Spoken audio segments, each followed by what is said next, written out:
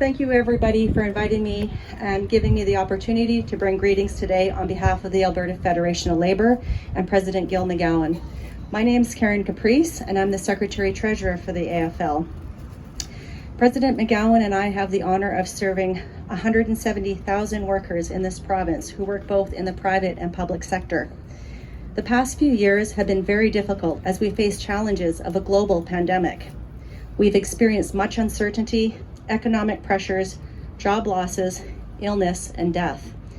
The unrelenting pressures faced by workers was like none other that many of us have ever faced before. And the definition of who was considered essential sowed division. This implied that some workers had a greater right to protection than others, and we became keenly aware of the importance of every worker who provided the goods and services we all rely on.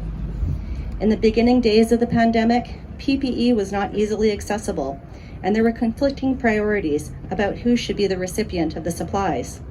There were never enough hands to help and never enough hours in the day to do the work. Many of us faced our own fears and stressors about the new reality we were trying desperately to manage. As I reflect on this year's Day of Mourning, I thought about how the theme "Work Shouldn't Hurt" was so timely and pertinent.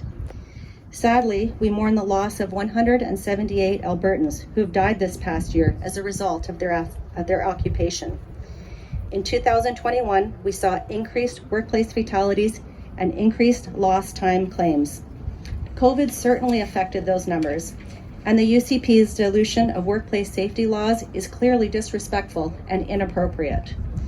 Worker safety should be non-negotiable. I am a registered nurse, and I had a frontline seat to the extreme conditions of caring for those in a pre-vaccine environment. Saying it was difficult was an understatement. It was exhausting physically, mentally, and spiritually, and I now see a distressed and broken workforce. Until the start of 2021, workers who were diagnosed as having suffered psychological injury after being exposed to traumatic events at work were presumed to have received the injury in the normal course of their employment, unless there was evidence to the contrary. Unfortunately, after changes to the relevant legislation, most workers who experienced psychological injury were required to prove that their at-work injury was work-related before they could receive coverage for their treatment. First responders saw their presumptive coverage revoked with the passage of the bill. The first responders who saw their presumptive coverage revoked with the passage of the bill included social workers, shelter workers, and the largest group, nurses. This was done despite evidence that nurses make up a large percentage of first responders who are likely to experience PTSD at work. Decreasing access to treatment to help heal a traumatized workforce. Sorry, I'll just wait.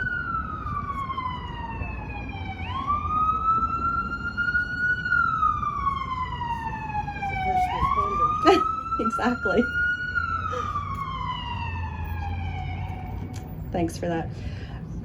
First responders who saw their presumptive coverage revoked with the passage of the bill included social workers, shelter workers, and nurses, and this was done despite evidence that nurses make up a large percentage of the first responders who are likely to experience PTSD at work. Decreasing access to treatment to help heal a traumatized workforce is beyond comprehension.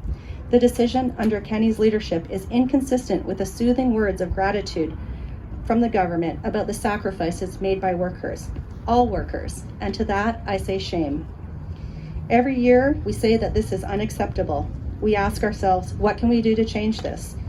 These individuals are not merely a statistic. In 2021, the total is 178 people who are gone from the lives of those who love them. We honor their memory and wish comfort to their friends and family. Their loss is heavy to bear.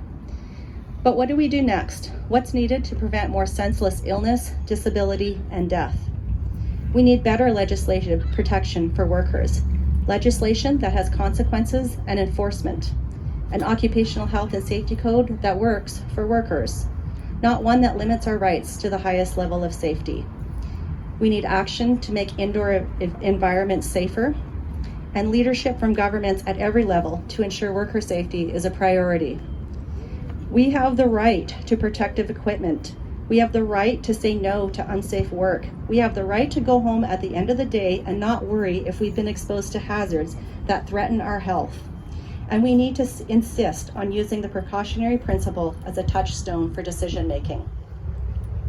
While the pandemic continues to wash over our communities in yet another wave, we cannot forget the impact this has on non-COVID related illness and injury. I urge you to speak up and challenge the narrative that the quick fix is privatization of services. This is not supported by evidence. Public services are the backbone of our community.